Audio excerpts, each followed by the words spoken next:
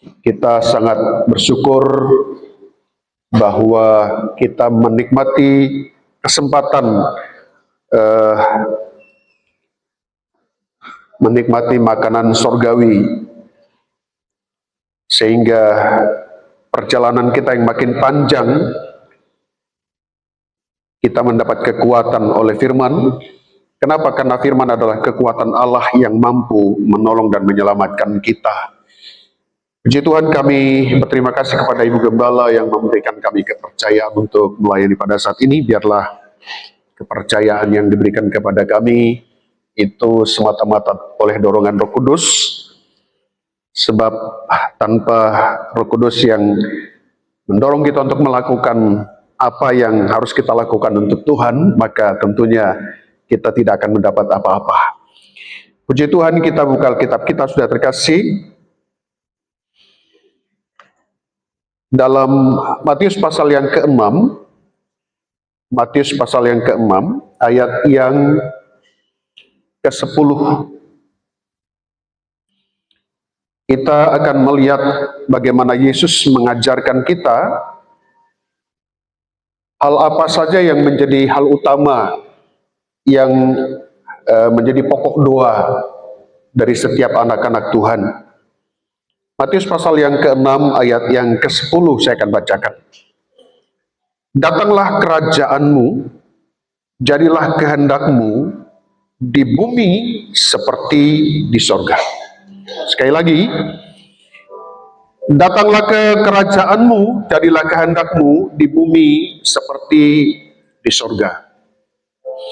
Nah, sudah terkasih, kita baru saja merayakan hari ulang tahun kemerdekaan kita, dan tentu kemerdekaan ini didapatkan dengan perjuangan yang sangat luar biasa.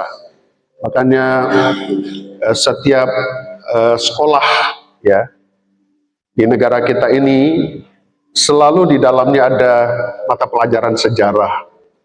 Nah, kenapa ada sejarah?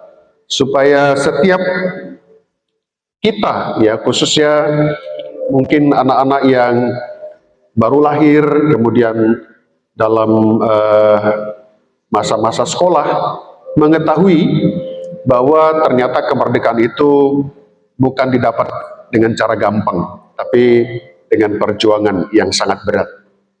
Taruhannya untuk mendapatkan kemerdekaan itu sangat mahal. Nah, bisa dibayangkan kalau negara kita sampai sekarang dijajah. Dijelaskan di pelajaran sejarah bahwa saat kita dijajah, tidak ada yang kita kerjakan yang diperuntukkan untuk kita, tidak ada. Selalu diperuntukkan untuk penjajah. Jadi apa saja kita sudah mengetahui seluruh kekayaan yang didapatkan dari negara kita oleh penjajah diambil dan dibawa ke negaranya. Artinya bahwa kita ini jadi budak, jadi hamba gitu. Bersyukur bahwa ada pemimpin yang akhirnya membawa negara kita merdeka, ada pemimpinnya. Dan pemimpin inilah yang mengatur, mengendalikan, yang sampai pada akhirnya kita sampai di saat ini. Nah, beberapa negara kalau saudara lihat, kalau tidak ada pemimpinnya, ini ada negara yang mungkin viral saudara tahu, yaitu negara Bangladesh, di mana terjadi demo besar-besaran yang pada akhirnya pemimpinnya lari, saudara, minta suaka politik di negara lain. Dan negara ini tidak mungkin bisa berbuat apa-apa tanpa pemimpin, saudara. Nah, saya terkasih, demikian halnya kehidupan kita secara rohani. Tentu kita telah begitu berjuang supaya kita dimerdekakan dari kehidupan lama kita, masuk dalam kehidupan yang baru. Makanya saudara, saya ingin sampaikan, nggak ada yang mudah dalam rangka kita berjuang, membuat kehidupan kita yang lama kita tinggalkan, membuat kita tidak dijajah lagi oleh banyak hal ya, yang membuat kita merdeka. Tetapi sudah terkasih, banyak orang-orang Kristen yang cukup sampai merdeka dan bangga di kemerdekaan itu. Tetapi adakah di antara kita yang menyadari setelah kita merdeka siapa pemimpinnya? Siapa yang memimpin kehidupan kita? Adakah? Saya yakin bagi kita yang sadar ada pemimpinnya, dan pemimpinnya itu yang menuntun, menolong, merancang segala sesuatu, tentunya setiap kita akan menemukan masa depan kita, yaitu masa depan yang penuh dengan harapan. Karena rancangan Tuhan untuk kita tentu adalah rancangan bukan membawa kita kepada kecelakaan, tetapi kepada masa depan yang cemerlang. Adakah di antara kita yang terus katakan merdeka, merdeka, merdeka gitu, tapi tidak menyadari bahwa hidupnya dijajah, hidupnya masih terjajah? Satu kerugian sekali lagi dari orang-orang terjajah bahwa dia tidak menikmati apa yang dia kerjakan, tidak menikmati apa yang dia dapat. Adakah di antara kita sudah bekerja siang malam tapi tidak pernah menikmati? Ada? Berarti kita masih dijajah, masih terjajah. Kami dengan istri dipercaya Tuhan ada aktivitas yang boleh dikatakan sebagai pekerjaan yang kami mendapatkanlah sesuatu dari pekerjaan itu. Tetapi kami sangat komitmen dari dulu setelah menikah. Kami ingin menikmati dari apa yang kami kerjakan, hasil daripada apa yang kami peroleh. Makanya saya terkasih, kami sering jalan, ya, kami sering makan kemana gitu, menikmati bersama-sama. Bukan saya nikmati sendiri, bukan istri saya nikmati sendiri, bukan. Ya. Bahkan anak saya Bram yang ada di Solo, sering juga kami katakan, khusus makan jangan hitung-hitungan, makan apa aja boleh, walaupun dia seringkali kalau makan sesuatu yang lebih dari budgetnya di WA, Pak boleh enggak makan ini, boleh enggak makan ini. Nah, gitu. Tapi yang kami maksudkan bahwa kita harus menikmati dari apa yang kita peroleh dan kita dapatkan, sebagai bentuk bahwa kita sudah merdeka.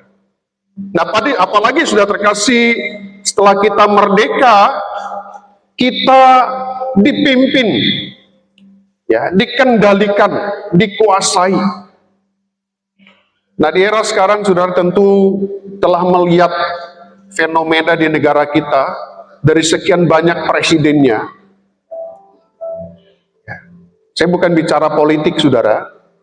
Tapi dari sekian banyak presiden itu, yang paling saudara nikmati siapa yang memimpin? Siapa yang memerintah? Apalagi di akhir-akhir ini, apa yang saudara rasa? Tapi kita bersyukur punya pemimpin yang luar biasa. Amin, saudara. Haleluya. Untuk itu, yang harus kita doakan dari prioritas utama dari yang Yesus ajarkan, itulah yang kita dengar pada saat ini. Ya. Tetapi ada banyak keegoan kita yang mengakibatkan kita berdoa macam-macam bentuk dari keperluan kebutuhan kita. Ya. Pokok-pokok doa banyak sekali. Dan itu adalah pokok-pokok doa yang menyangkut kepentingan diri kita sendiri. Tapi kita tidak sadar bahwa untuk mendapatkan ini harus ada yang memimpin, mengendalikan, dan mengantarnya kepada setiap kita. Makanya Yesus melalui hal berdoa dari yang kita baca tadi. Setelah kita mengagungkan Tuhan, setelah kita meninggikan Dia, setelah kita menempatkan Dia sebagai Bapa, nah ini, datanglah kerajaan-Mu. Supaya apa? supaya dia dengan kerajaannya berdaulat dalam kehidupan kita, yang pada akhirnya memimpin kehidupan ini. Apalagi di akhir zaman ini, saudara terkasih, kita sedang diperhadapkan dengan masa-masa yang sulit dan masa-masa yang sukar. Dan sedang menuju ke masa-masa sulit yang makin berat ke depan. Kita perlu terus berdoa. Tuhan, datanglah kerajaan-Mu, sebab bila kerajaannya datang, maka kehendaknya akan jadi dalam kehidupan kita. Jadi bila mana ada di antara kita merindukan kehendak Tuhan terus jadi tiap waktu dan tiap saat, tidak ada lain selain kita terus berdoa, Tuhan, datanglah kerajaan-Mu. Nah, saudara terkasih, kenapa kita tidak mendapatkan kerajaan itu? Kita lihat beberapa ayat, saudara terkasih, dalam Matius pasal 22. Matius pasal 22, ayat yang kedua. Hal kerajaan sorga seumpama seorang raja yang mengadakan perjamuan kawin untuk anaknya. Jadi kalau dari ayat ini bahwa kerajaan sorga itu seumpama bahwa seorang raja mengadakan perjamuan kawin, mengadakan pesta, dan kita diundang. Kita diundang. Saya yakin dan percaya bahwa orang-orang yang minta supaya kerajaan sorga turun atasnya, maka orang-orang inilah menjadi prioritas utama untuk diundang. Makanya tiap hari, tiap saat kita terus katakan, Tuhan, datanglah kerajaan. Maka undangan akan dialamatkan kepada kita. Ayo, mari ikut ke pesta. Di pesta sudah sedia semua. Adakah di antara saudara pulang dari pesta nangis? Ada. Saya rasa kita pulang dari pesta pasti senang. Pulang dari pesta pasti di antara kita, wah, bahagia, kenyang. Ya. Jadi kerajaan sorga seumpama seorang raja mengadakan pesta kawin untuk anaknya, ia menyuruh hamba-hambanya memanggil orang-orang yang telah diundang ke perjamuan kawin itu, tetapi orang-orang itu tidak mau datang. Nah, saudara terkasih, banyak orang memang sudah berdoa. Dan kerajaan Allah itu sudah datang. Tetapi saya terkasih, ada proses yang harus kita terus lanjutkan supaya benar-benar nanti dapat kita menikmati apa yang disediakan dalam pesta itu. Bahkan sebelum kita masuk dalam pesta itu, ada yang harus kita lakukan. Apa, saudara? Yaitu meresponi, memberikan respon. Ya, dalam kisah ini dikatakan setelah diundang. Siapa yang diundang? Tentu adalah orang-orang yang menginginkannya. Tapi bila mana yang diinginkan datang, tapi tidak diindahkan, ya, orang-orang ini dalam posisi berbahaya. Makanya saya terkasih, kalau ada di antara kita sudah berdoa dengan Tuhan, Tuhan sudah datang dalam kehidupan kita, tapi kita abai dengan dia, mengabaikan dia, tidak mengindahkannya, hati-hati. Bukankah setiap waktu, setiap saat kita merindukan Roh Kudus memimpin dalam kehidupan kita? Dia mengasihi dan mencintai kita dan dia datang. Setelah dia datang, seberapa banyak di antara kita yang pasrah, seberapa banyak di antara kita yang menyerah, yang betul-betul bahwa dia Roh Kudus yang mengendalikan seluruh kehidupan kita. Sebab apa, saudara? Saat dia datang, kita tidak mengindahkan dalam ayat yang kelima, saudara boleh lihat bahwa yang diundang ini tidak mengindahkan, maka dia akan undur, dia akan lari. Makanya saya terkasih, saya ingin sampaikan, jangan banyak di antara kita kepedean Roh Kudus masih ada dalam diri kita. Padahal seringkali kita tidak mengindahkannya, mengabaikannya. Tidak kita serahkan untuk dia memimpin seluruh kehidupan kita. Dia akan pergi, kita telah mendukakannya.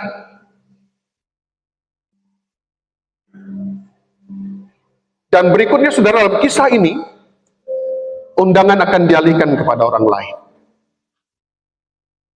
Untuk itu, saudara terkasih, pastikan yang pertama, kita adalah orang-orang yang pantas untuk dipilih dan diundang. Pastikan. Dan orang-orang yang dipilih dan diundang tentu adalah orang-orang yang mengharapkan melalui doa seperti yang diajarkan oleh Yesus, datanglah kerajaanmu. Dia adalah Allah kita yang sangat mencintai kita. Dia tidak menyayangkan anaknya yang tunggal. Dia serahkan demi menebus dosa-dosa kita. Ini satu bentuk bahwa dia sangat mencintai kita.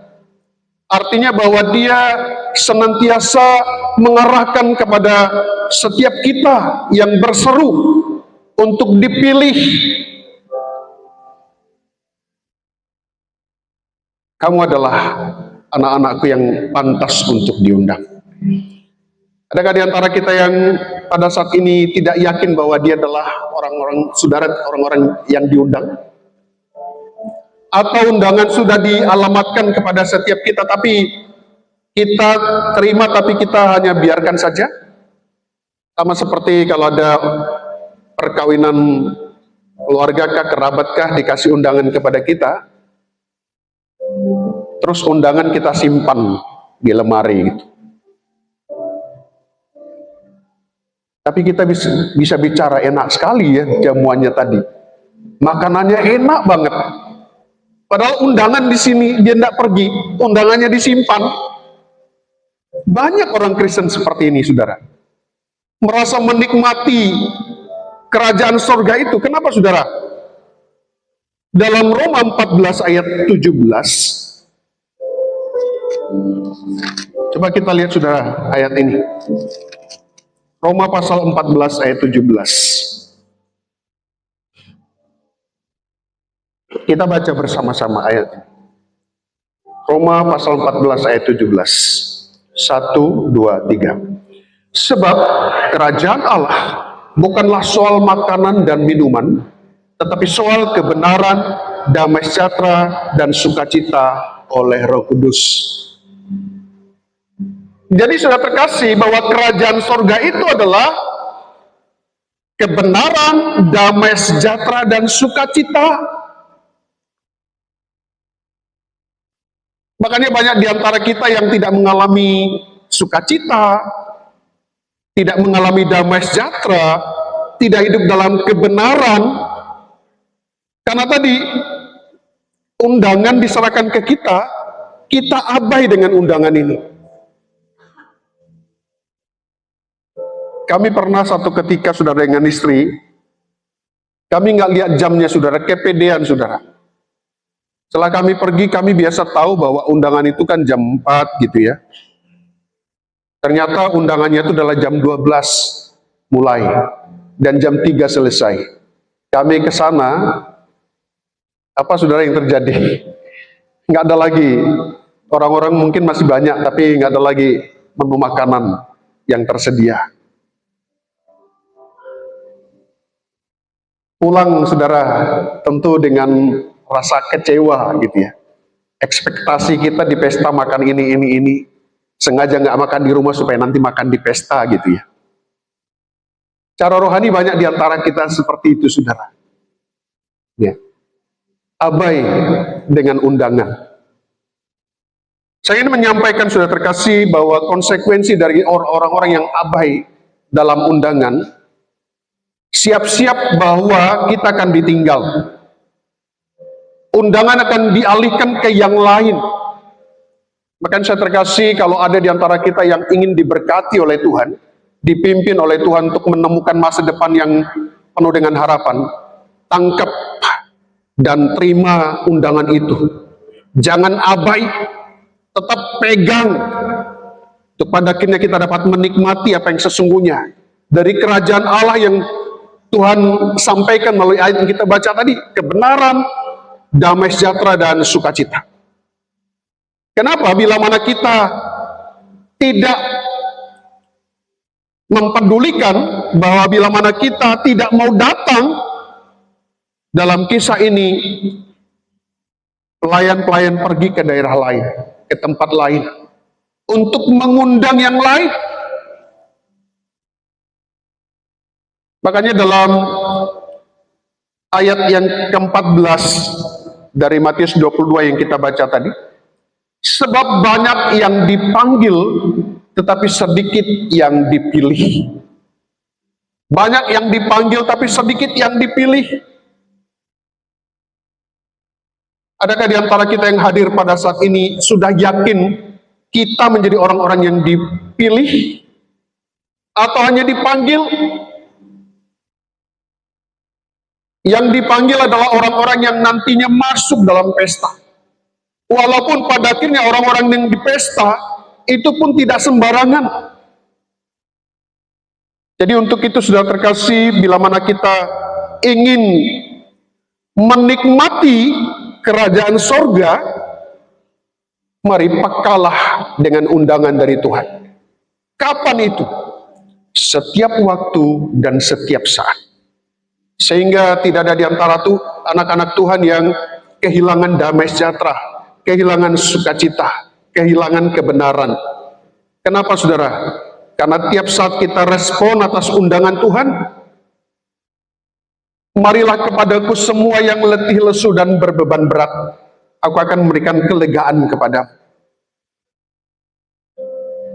Bagi keluargaku di sini yang punya masalah, persoalan, mungkin penyakit, mari kita diundang oleh karena Dia mencintai kita.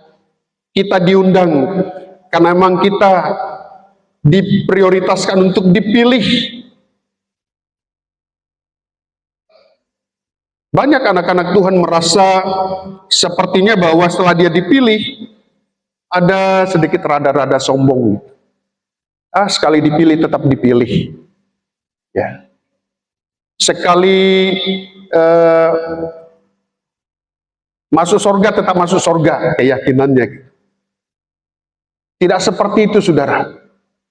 Sekali selamat tetap selamat, bukan seperti itu. Keselamatan itu tetap harus dikerjakan. Undangan harus terus diresponi. Bukan undangan pertama yang menentukan undangan terakhir. Bukan langkah pertama yang menentukan langkah terakhir. Makanya untuk orang-orang tuaku di sini, kadangkala banyak di antara kita yang merasa bahwa kita merasa sudah orang tua. Jadi orang Kristen sudah bertahun-tahun. Sepertinya itu menjadi ukuran bagi kita yang membuat kadangkala anak-anak kita gitu ya. Nggak siapa-siapa secara rohani. Belum tentu, saudara. Saya malah salut kalau ada anak-anak Tuhan, apalagi anak-anak muda, yang begitu luar biasa secara rohani. Malah itu yang harus menjadi teladan bagi kita orang-orang tua. Ada yang saya tahu, saudara, pokoknya anak-anaknya nggak boleh ngomong seperti apa gitu. Yang menentukan semua bapaknya. Semua bapaknya. Tidak seperti itu, saudara, cara rohani. Memang kita duluan dipanggil. Apakah kita dipilih? Nah, untuk itu saya terkasih sekali lagi dari kisah perumpamaan tentang perjamuan kawin ini.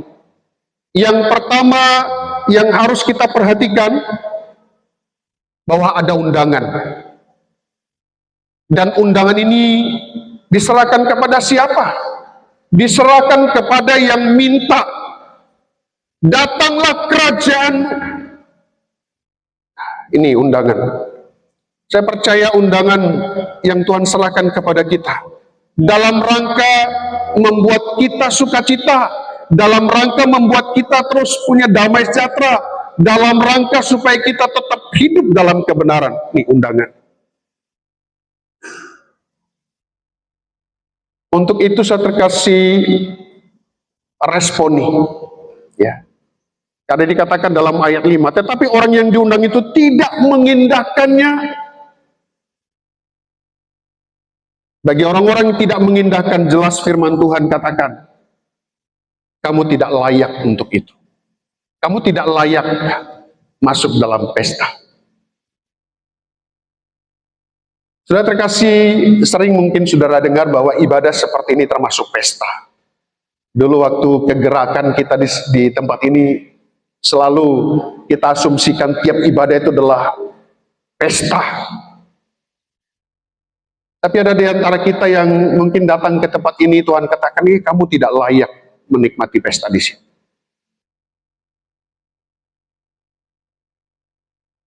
Dan itu terlihat sudah terkasih.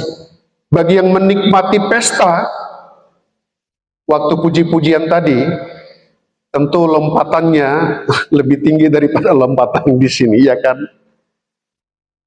Semangatnya, gairahnya, ya. Namanya pesta, itu kan? Ada sukacita, ada damai sejahtera, gitu. Makanya saya terkasih, untuk saya pribadi seringkali saya terus mengoreksi dan mendeteksi dalam diri saya apakah benar-benar saya sudah layak menikmati apa yang ada di pesta. Sebab kalau kita menikmati apa yang ada di pesta itu, pemazmur katakan, waktu aku pulang, aku puas. Mereka di antara saudara nanti pulang dari tempat ini, aku puas Tuhan. Aku telah menikmati yang terbaik darimu. Saya menikmati makanan yang enak hari ini. Untuk itu saya tekan sekali lagi, ada undangan. Undangan kepada siapa? Untuk saya. Siapa saya? Saya yang mohon, Tuhan, datanglah kerajaan. Siapa sekali lagi kalau kerajaannya sudah datang, maka dikatakan jadilah kehendakmu. Bayangkan kalau kehendak Tuhan yang jadi dalam kehidupan kita. Dalam masa penciptaan, saudara tahu luar biasanya, jadi ini, jadi ini, jadi ini, jadi ini, jadi. Adakah kita imani seluruh masalah persoalan kita oleh firman dikatakan jadi ini, jadi? Ini buat anak-anak muda yang masih jomblo. Imani aja calon-calon kita ganteng, cantik gitu. Dan kalau Tuhan berkerajaan dalam kehidupan kita, anakku Debbie, jadilah ini. Amin. Langsung kita tangkap. Nah, yang kedua saudara yang harus kita perhatikan dalam ayat 11. Ketika raja itu masuk untuk bertemu dengan tamu-tamu itu, ia melihat seorang yang tidak berpakaian pesta. Jadi ternyata prosesnya masih harus ada. Oke, masuk pesta, masuk ibadah, masuk. Siapa yang perhatikan kita? Siapa? Dalam kisah ini pemilik pesta yang perhatikan. Secara rohani yang perhatikan siapa? Tuhan perhatikan semua kita yang hadir di sini, yang berpesta pada pagi ini. Tuhan perhatikan. Adakah di antara kita yang pada saat ini oleh firman yang kita dengarkan kita langsung tertuduh? Seperti ayat ini katakan, ketika raja itu masuk dan bertemu dengan tamu-tamu itu, melihat seorang yang tidak berpakaian pesta. Nah, ayat 12, ia berkata kepadanya, hai saudara, bagaimana engkau masuk kemari dengan tidak berpakaian, mengenakan pakaian pesta? Bagaimana kamu masuk? Adakah di antara kita yang merasa mulai sekarang di perkataan ini diperkatakan, kamu bisa masuk sih dari mana? Tapi seperti saya sampaikan tadi, konsekuensi yang dipanggil, yang dipilih, bahkan sampai masuk dalam pesta, tidak sesuai dengan yang seharusnya. Ini dikatakan. Lalu kata raja itu kepada hamba-hambanya, ikatlah kaki dan tangannya, dan campakkanlah orang itu ke dalam kegelapan yang paling gelap. Di sanalah akan terdapat ratap dan kertak gigi. Bayangkan saudara prosesnya. Di sini nggak dicatat lagi orang-orang yang mengabaikan, nggak lagi dicatat. Yang tidak mengindahkan tidak lagi, saudara. Itu bukan urusannya Tuhan lagi. Yang diurus, yang sampai masuk ke pesta. Tapi ingat, yang masuk ke pesta, ini yang menjadi pusat perhatian Tuhan. Kayaknya Tuhan itu melotot kalau sudah ada di pesta itu. Melotot, lihat semua. Tadi melotot, dia lihat, kok kamu ada di sini? Dari mana kamu masuk? Memang orang-orang seperti ini tidak bisa jawab, saudara. Dia diam saja. Tapi konsekuensi dengan orang-orang seperti ini, dikatakan, ikatlah kaki dan tangannya, campakkanlah orang ini ke dalam kegelapan yang paling gelap. Di sanalah akan terdapat ratap dan gertak gigi. Ini yang sangat mengerikan, saudara. Saya setelah membaca kisah ini, Tuhan, ampuni saya kalau pada saat di pesta pun saya nggak punya yang kau harapkan. Apa, saudara? Pakaian pesta. Dalam Alkitab, pakaian pesta ini, ya, pakaian itu kalau dilihat saya terkasih dalam Yesaya 61 ayat 10, yaitu pakaian keselamatan, jubah kebenaran, yaitu perbuatan kita. Jadi saya terkasih, yang membuat pada akhirnya kita pantas dan layak bahkan setelah kita ada di pesta adalah perbuatan. Makanya iman tanpa perbuatan pada hakikatnya iman itu adalah mati. Setiap hari, saudara, mari berbuatlah segala sesuatu. Itu yang akan membuat engkau pantas di pestaku. Engkau pantas menerima kerajaan Allah. Engkau pantas masuk dalam kerajaan Allah. Nikmatilah sukacita. Nikmatilah damai sejahtera. Maka engkau akan ada dalam kebenaran. Kalau kita ada dalam kebenaran, maka kebenaran itu akan membela kita, menuntun kita, sampai pada akhirnya saya terkasih, dia mempelai pria sorga kita, menemukan kita pantas untuk menjadi mempelai wanitanya. Mari sama-sama kita bangkit berdiri.